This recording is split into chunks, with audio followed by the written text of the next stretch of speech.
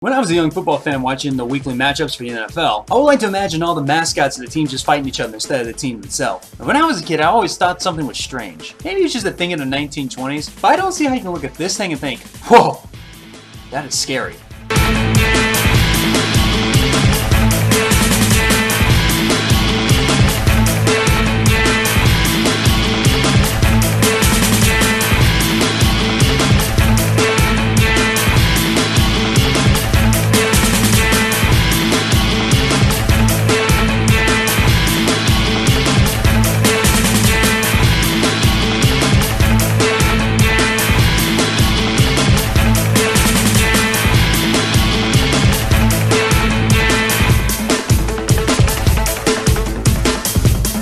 Sports Talk with Seahawk. I'm your host, Connor. Today we are continuing our top 5 needs series for the NFL. If you're new, this is the series where we're going to go over all 32 teams in the NFL and assess what each team needs individually for the upcoming season. Sometimes it's a position, sometimes just things they need to work on as a whole. If you watch my last 2 videos, you'll notice I'm going in reverse order for the first round of the upcoming draft. And this just happened to be next on the list. So without further delay, let's get this going. Today we are going to be assessing the top 5 needs for the NFC West Champions, the Arizona Cardinals. 118 years ago in the year of 1898, the team we know of today called the Arizona Cardinals were established in the city of Chicago and is the oldest continuously run professional football team in the U.S. The Cardinals are one of only 2 teams, along with the Chicago Bears, to be a charter team still active since the NFL was founded in 1920. They moved to St. Louis in 1960, where they started going by the nickname Big Red to avoid confusion with the already well-established baseball Cardinals. They then moved to Arizona, where they resided since 1988. The Cards are current members of the NFC West, and in the team's history have landed a grand total of 19 players and coaches into the Hall of Fame. The Big Red have also managed to win 7 division titles,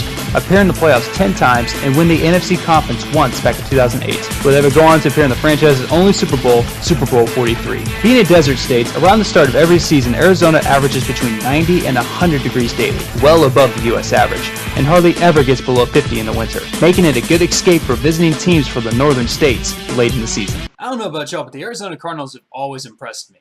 They've always been that team that's really explosive and always able to hang with the big boys. I mean, when you got players like Carson Palmer, who's a very seasoned quarterback, and Larry Fitzgerald, who's able to make plays out of nothing, I've seen other teams have a really difficult time stopping this offense. But a lot of their issues lie on the defensive side of the ball. Most of this is coming from this last free agency and cut season. Just a couple things I need to address. Now let's get started. Number 5, tight end. Cardinals run what's known as a double tight offense, which means simply they run 2 tight ends. If you're going to run 2 of one position, that's great, but if you know me, I'm a nitpicker when it comes to backups. When it comes to 2 spots for one position, they have 3 guys, which means 1 backup for both sides. And get this, only one of them was a starter last year. Troy Nichols from Notre Dame.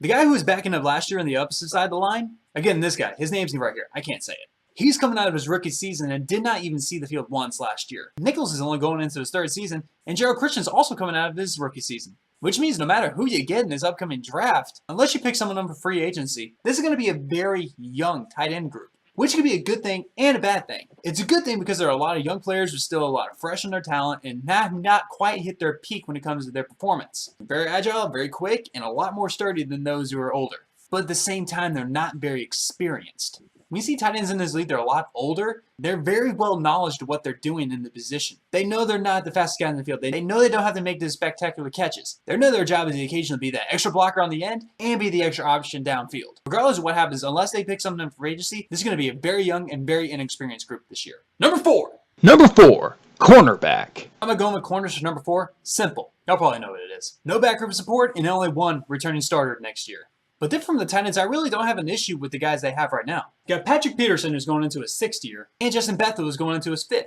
These are 2 good players in their position with actually a lot of credentials to playing in their favor. But the thing is, they got no backups. Peterson is the returning starter. Justin's going to have to fill in for that empty spot. There are a couple guys coming up in this draft that these guys can look at and would be a good asset to this team. Jalen Ramsey and Vernon Hargreaves, both of them coming from the state of Florida and both 2 key components in well-respected teams.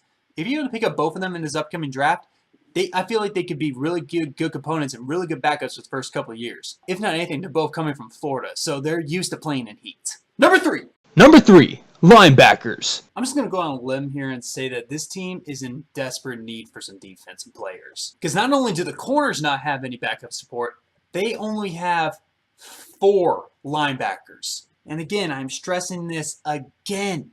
There is no backup support. And one of them is not even a returning starter. For this team, you got Alex Okafor, Kevin Minter, Sean Witherspoon, and Kareem Martin. That's it. That's all I got. For their 3-4 defense, they only have these 4. And only these 3 guys are the returning starters. This guy I'm not sure of because he's the only one on the team right now. If they want somewhere to start, where to look, go look at Miles Jack from UCLA. Tell me what you think. If not, Jalen Smith from Notre Dame. If that's not your taste, how about Leonard Floyd from Georgia? If you don't like what they are now, still, get them on their team so they can learn. I mean, hell, the money the backups make these days in the NFL, I wouldn't mind riding the bench for a couple of years. I make a lot more than I do right now. Is it too late to sign up for free agency? Number 2, strong safety. Let's just put it this way. If the Cardinals were to take their current depth chart right now and put it on the field right now, it would have a total of 10 players on the defense. If you know anything about football, is that you need 11 on the field. Because when it comes to the strong safety position, they have a grand total of none. That's right, they have a grand total of 0 players in the strong safety position right now. Let me think about that. Is that a problem? Yes. I think so. Even if you take a couple guys from the free safety position, you're still lacking backup support.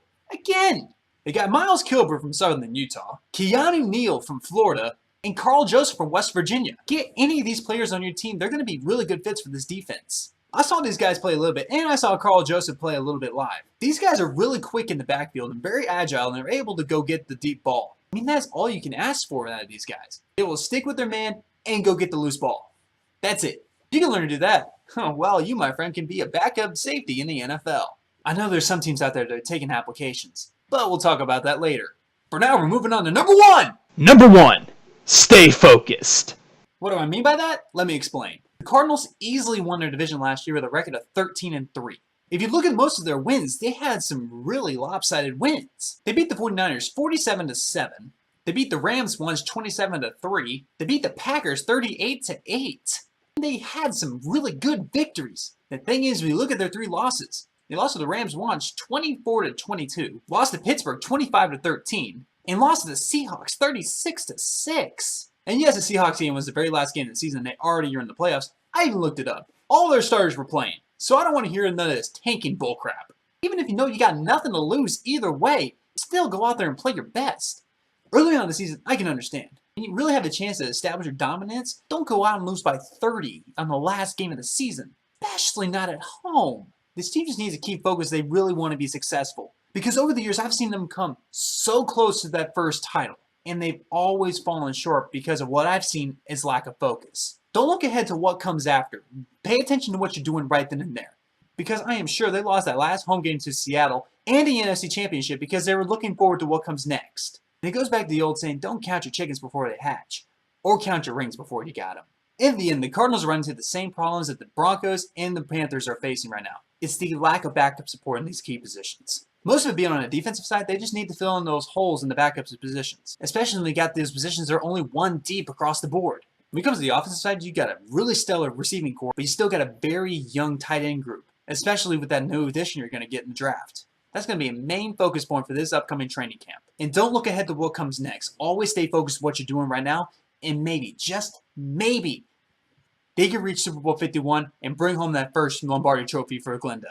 And there you have it, my top 5 names for the NFC West Champions, Arizona Cardinals. If you agree or disagree, go ahead and sound off in the comments and I'll be happy to discuss it with you. Be sure to like and subscribe to my channel so you can check out my analysis for all 31 other teams in the NFL.